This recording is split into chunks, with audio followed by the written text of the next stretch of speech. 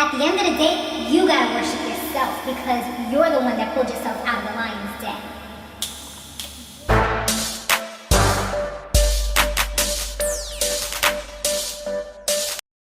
Hey, Samore Love Bugs, what's up? What's going on? You have now tuned in to my Empire recap. Guys, be sure to subscribe to this channel. Subscribe if you have not yet done so. Share this video wherever you like to share videos, and don't forget to give it that good old thumbs up before you exit, okay? And become part of the notification gang so that you'll know whenever I put up a new video. You'll get notified ASAP and you'll be ready, okay?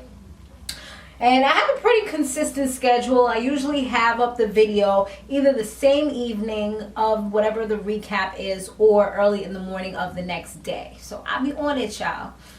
All right, so let's give our shout outs first, and then we're going to go ahead and get into these. We're going to get into the review or recap.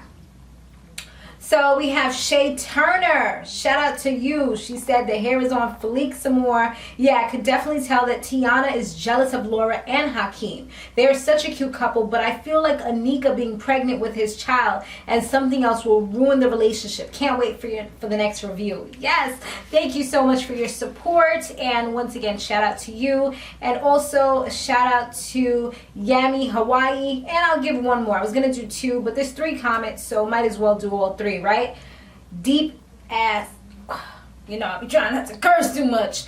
Dimples is the 3rd one. She said, I really wish you watched Family Therapy on VH1 and would have having a lot to talk about. Laugh out loud. Check it out. I actually do watch Family Therapy, but it's not something that I'm passionate about to feel like I want to do a recap of. But definitely thank you for suggesting that. And yeah, like I said, I enjoy it. If you want to hit me up on Twitter, we can definitely talk about it, okay? All right, so now let's go ahead and get into this recap. Anika and Rhonda, they were just kicking it, and Anika looked like she there eating some Roman Noodles on a plate like she fancy, honey. And they just sitting down, catching up and everything. And then after while they're talking, there comes Andre. Andre came, of course, to see his wife and talk to her. So Anika, being the great person that she is, and of course I'm being sarcastic, she steps away and lets them have their free time. So while they're having their little conversation, she ends up going to the room and they hear her throwing up. So they're like, what's going on? Was it something that you just ate? And she was like, no, it's nothing I just ate. She was like, she's pregnant. She revealed that she's pregnant, and she revealed who she's pregnant by, which is Hakeem. And Rhonda, of course, is shocked, but she's also sympathetic. Anika didn't want to say it at first because she wanted to be sympathetic of their situation and what they just went through. Please. How on point was that little vomit? I wouldn't even be surprised if she went to the bathroom and threw up, you know, stuck it down there and did it herself just so they could hear it. Jamal and Freida Gatz, they're really like vibing. They're making good music together. Like, she is just like a sick lyricist. Like, in the real world, I really want to see her do well. I want to see her make it up on top of the charts. You know what I'm saying? Just the same way that Jamal is doing his thing in the real world, and Hakeem as well, and Empire's getting so many accolades and whatever. I want to see her do well too, because I feel like she's really good. Something about her voice that just captivates me. And and congratulations to Anika and Andre in the real world, because them two got married. I'm like, isn't that kind of awkward? I mean, you're seeing your husband kiss another woman, professes love to another woman all the time, and you're the evil villain to him. I mean, you gotta definitely be a good actress and actor to be able to see all these things and see your wife hooking up with the next guy, which is your co-worker or whatever. But at least they're able to all keep it together, you know? They get to see each other all the time because they work together as well. So I guess it has its ups and its downs from my standpoint. Anyway, so this dude, when Freda was in her shop, because she's a barber, she's there cutting up some hair, but they have one seat that's reserved, that was her father's seat. So no one can sit in there. That's almost like a temple type of thing. So this dude, he comes in, there was no seat, so he plops himself down like, yo, y'all gotta just cut this out. Like, you know, this dude is gone. No disrespect or nothing, but come on, this guy's gone. So she was, first somebody else was trying to tell him like, nah, just get up, but he's still going, he's going. So then she ends up taking matters into her own hands, because he's like, yo, be respectful, that was her pops. So she just takes out her gap and starts boom, boom, boom, like going at him while he's on the floor, and then kicks him out. Like, yo, that teaches you to disrespect. I'm like, yo, if somebody just talks about her father, this is what she does. Never mind if she finds out that these people were involved in his death. I know if this comes out, it's gonna be super dirty, okay? The kind of dirty that you can't even put your hands on type of dirty, okay? That's the kind. Jamal, he's showing his new song to, I think it was like the board members. I was like doing something at this moment, but I think it was board members or something. And his mother, she kept on trying to, I felt like she was putting so much negativity out there. She was telling him that he only did the song to try to get back at Lucious. And she was saying that Lucious has a hit song out right now, The Hot White Walker, and he could do better than this. I feel like the main reason why she was putting down the song so much is because Freda was on it, and she feels some type of way about the whole Freda situation and the fact that she killed Freda's dad. So she really doesn't want her boys working with him type of thing. Lucious' lawyer and the squad, they go to Empire and they start stealing stuff. They knocked out the security guard, stole all the Anthony and Campbell outfits that were there, the wardrobes. They also, come to find out later on, they also had his trucks, the trucks for Empire, planted with drugs so that they could get pulled over and not be able to have the concert that Laura was supposed to have. And it was just a whole bunch of mess. And of course, we already know Lucious was the person that was behind it all. Cookie brings Jamal a new female rapper called Stacey Run Run. She's one of the biggest rappers out there. That's like working with, I guess, like a Nicki Minaj, or working with somebody like a Beyonce or something like that. So, of course, there is a catch to be able to work with her. She has an exclusivity. I almost had a tongue twister there. Y'all saw that, right? She has some type of exclusivity, and I wanted to say it over and over and over again because I got it right. Agreement where he's not able to work with any other female artist. He can only work with her. So if he's doing an album, she's the only one that can be on it. And I'm like, if you're that big, why do you gotta be such a diva? I mean, that's how a lot of them be running, you know, they just want to be all about themselves. But it's like, why can't other people eat too? You eating good. You know, why is it that you're so afraid or whatever that people are going to kind of, like the fans are going to split and have more than one direction to go in? It's like you just want that collab so you can get his audience and he can get yours, as opposed to splitting it 3 ways, which is messed up. So now he has to dump Freda just like his father did, which I feel is messed up, because at the end of the day, she sounds good. She just doesn't have the numbers to rack in because she's a new artist. So that was effed up. It was really messed up. Lucious, he takes Andre to see his grandmother's grave and, well, you know, Lucious' mother's grave, which is Andre's grandmother, and kind of just talk to him. And of course, here we go with another catch. This family can't do nothing without having a catch, all right? So the catch here was that in order for, well, because he did that, and now he's saying all these warm words like, oh, I need you, son, and I've always believed in you. Like, just the other day, you were saying how you was ashamed of him. And Andre falls for it each and every time. It's like this man has this power hold on almost all of them. Like right now he doesn't have it on Hakeem, but on all the rest of them, where it's like they all fall putty in his hands. So he tells him he wants him to help him out because he needs somebody on his team, somebody to help him with like some legal stuff or whatever. So yeah, like I said, he falls into his hands, so we already know what happens after that.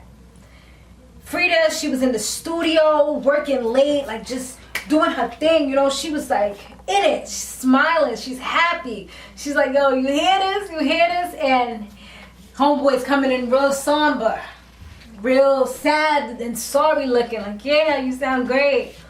But listen, I gotta tell you, my mom, you know, she hooked me up with being able to work with somebody, and he's like, Stacy, run. And she's like, oh wow, like she was happy for him. Like, Stacy, she's like, she's internationally known, like she's amazing.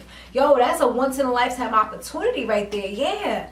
And then he tells her the conditions of the whole thing, and she's just like, yeah, I understand. Like, you could tell that it was like somebody went and bursted her bubble, like, you know, just made her deflate instantly. And she looked like she was real hurt by it, but she didn't really want to show it. So she's just like, yeah, nah, I understand. It's all good. Yeah, don't even worry about it. And then he's like, yo, but I promise we're going to do this. Right after I'm done with this, I'm going to get you. Like, we're going to do this. We're going to lay down that track. She's like, you don't got to make no promises to me. Because just do you. Because at the end of the day, that's what it's all about, right? Doing you. Yeah. Because that's pretty much what it is. He's trying to get to a better place, a better spot, position, and beat out his father. That's why he sought her help out in the first place. So, yeah, I just thought that was, like, real messed up. I felt bad for her. Andre, he calls a house meeting now. Everybody's there. Lucious, Cookie, everybody. Okay, everybody's all sitting down. And him and Rhonda, they're like, you know, mostly him makes a speech. We all need to come together, be family, this and that, blah, blah, blah. And then brings out Anika. And Anika, she makes a little speech. I'm pregnant. They're like, okay.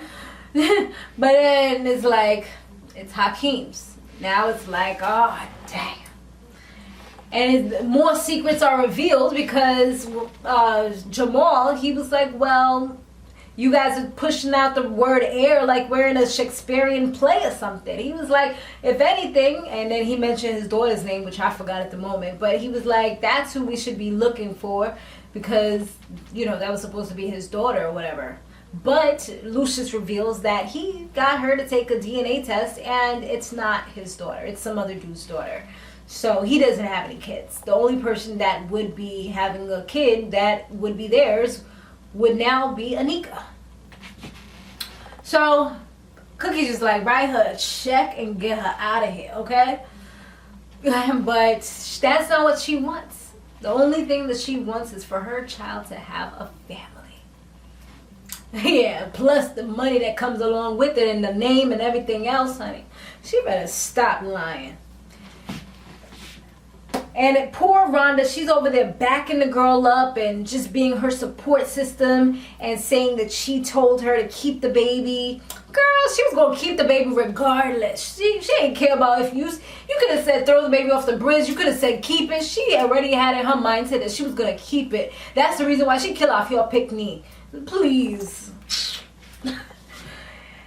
Following that, Lucious then makes a private little visit to go and see her.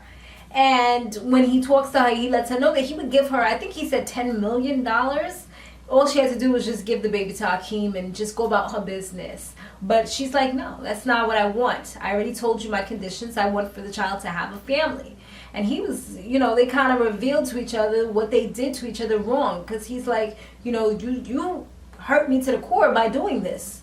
By sleeping with my son. That's crazy. She's like, you slept with Cookie.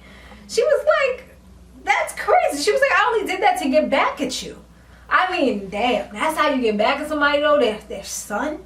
I mean, she could have picked some old random Joe Schmo blow, and I think that would have did a little better. He might have taken her back if she would have did something like that, but his son? Damn, that was real cold. And now you having this baby, so that's even worse. So she tells him that she would have to do what she has to do if he tries to threaten her, because he was making his little threats too. And she says that she will tell the FBI. She will go snitch him out to the FBI because she's been with him for, I think she said 5 years. So she knows a lot about him, the ins and outs and ups and downs and things that he thinks that she never really paid attention to, but always was taking note of, clocking. You know? Storing those things in the back of her mind, or maybe in paper. Who knows where she's been storing it. She probably got some kind of proof somewhere of all these allegations or whatever it is that she has, this blackmail. Empire was having a shareholder meeting, and the CEO was coming out to answer some questions to those that are investing their money into the company.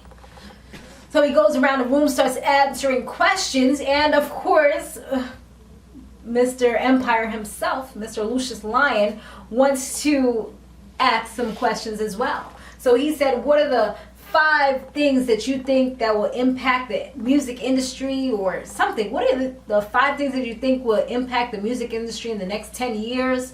Or some question like that. I didn't write it down, but I'm kind of using my memory, which isn't always the best. So at first it looked like he might have been trying to stomp the boy, and he kind of was, but he had it. Hakeem was ready. He answered it like bang, bang, bang, bang, bang. What now, Pops? So then, Lucious was like, damn, it's time to clap back. And then he starts asking him, so what happened to the clothes? I heard that it was stolen. Talks about that. Oh, then once he answers, he's like, oh, so you guys don't have proper security. I see. Then he asked him next, what happened to the concert that you guys had to cancel? Bam. Oh, okay. Doesn't sound very good. He brings up an old lady. Well, she wasn't that old, but a teacher who's suffering because she doesn't have a lot of money. Money comes out of her pockets for the classroom. So she needs this to work in order to provide a proper education for the school, for the kids that she teaches.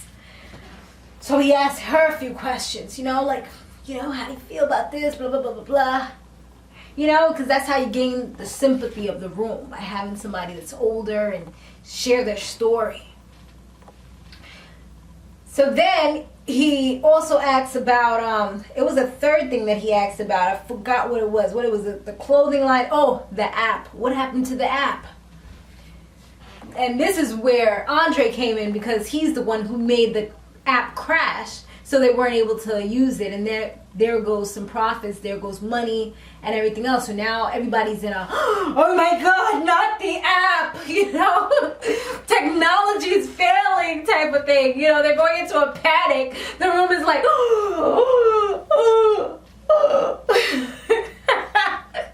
they were all like going into a panic. And he's trying to answer the questions as civil as possible, but right there, everything was just starting to go down the drain, and you could see that Hakeem was about to lose it and say something crazy. And this is a room full of professionals, millionaires, billionaires. They invested, so they have some kind of money in order to be able to invest something. So Cookie had to step up to the plate and just kind of like throw out the whole family, they love each other type of thing, because the crowd started saying, she was like, he asked the lady, what is it that you think that we need? She was like, we need Lucious! We need Lucious! Everybody's like, Lucious! Lucious! Lucious! So that was where Cookie had to kind of step into the play, because she saw Hakeem's face and how he just looked like, oh my gosh, I'm about to go crazy on this man. So she gives a speech about like family and how they just want to be the best for the company. That's why they were both going head to head type of thing. But just show the people how much you guys love each other, care about each other, and family always comes first. They shook on it for the cameras, for the people that were in the room, knowing good and well that it wasn't real. But they did it for the moment because Cookie kind of put them on the spot. So you can't be like, you can't do nothing stupid. You gotta actually like play it off and play up the cameras as well. So at least that part went down peacefully, but then they did eventually vote Hakeem off the out of his position. So Lucious is back at the top again where he wanted to be. He knew what he was doing and he got what he wanted, like he always does, right? Well, for the most part. Stacey Run, she ends up going to Tokyo. So when Jamal comes into the studio all amped and ready to work with her, it's like, where's she at? Where's she at though? He's like, they're like, well, she can't do it. She's in Tokyo, but she left you a pre-recorded track, so you're good. He tries to work with the track. You know, he got the other mic here. He has his mic right here. Well, let's pretend this is his mic. You know, he's doing his thing. He's doing it. But it's like nobody's there. He's not vibing good with this. He's not gelling. It's not working. He's missing his beats. I guess that's what we would say, right? He's missing the marks. It's just not going the way it was going when he was doing it with Freida Gatz, a real life human being. So at the end of the day, even though it would get him a lot of publicity, it would get him all the things that he really wanted, it wasn't really worth it because he wasn't feeling it anymore. He wasn't getting those magical moments, those magical twinkles and sparkles and feelings. So it was like, nah, I can't do this, Mom. I don't know why he went to her. He was like, I don't know why you're pushing this so hard, but I cannot do this. I'm gonna go get Freda. I don't know what you have against her, but I'm working with her. So now he has to tuck his stuff between his legs and go back to Freda, tell her, you know, try to tell her without telling her. You know, I don't remember him saying she went to Tokyo, but he's just like, nah, I'm not really feeling it. You know, she's great and everything. She even said she had listened to me, but I can't. And I really want you to work with me. And I'm going to be at the studio all night, so if you could come through, we're going to do this. And she's like, I'll think about it. You know, I mean, that's painful. And you can't really trust people after that. I mean, I really wouldn't trust anybody. And to be honest, knowing me the way I am, I most likely wouldn't want to do it again. Because I know that, to be honest, like there's people that I've maybe like spoken to about doing collabs. Maybe I asked them for a collab. They said not right now. Or they might have made up an excuse and I could tell it was an excuse. And I'm just like, I will never ever ask you again. Like if you want to work with me, you won't come to me at the end of the day. It's not going to happen again. So that's, I mean, depending on her situation, because she might really want this so she can blow up. But some things are just not worth your pride. They're not worth you possibly getting hurt again. Because if you go back and the person does the same thing, that's on you now. I mean, the first time it was with the father. Second time the children, the son. And now it's like you going back for another beating. Getting your hopes up high. And then what? Ending right back where you started. So it could or could not be worth it. I think this time around he's going to really keep his word. But do you really want to take that chance is the question. So she got some things to think about. I guess we'll find out in the next one. And the last thing that we saw was a scene where, and I forget his name, y'all. That's why I keep on saying the lawyer dude. The lawyer dude, he went to go see an old woman in a rocking chair just to see if she was okay. And they're like, do you want to see her? She's like, nah, I just wanted to make sure she was good. Everything was all right. And they take us back in time and they take us into her mind so we can see what it is that she was singing. And it turns out this lady seems like she's Lucious' mother. So it looks like the story that he created was a lie. Maybe he has bipolar disorder. I mean, who knows, right? It could have been passed down and he just wants to deny it. Or perhaps maybe he didn't know she was saved, but somebody, look, this man knows that she's there, so it has to be something to the story. I'm trying to figure it out, but it's not spoiler because I don't even really know what's going to happen. I'm just trying to come to some kind of like conclusion in my head.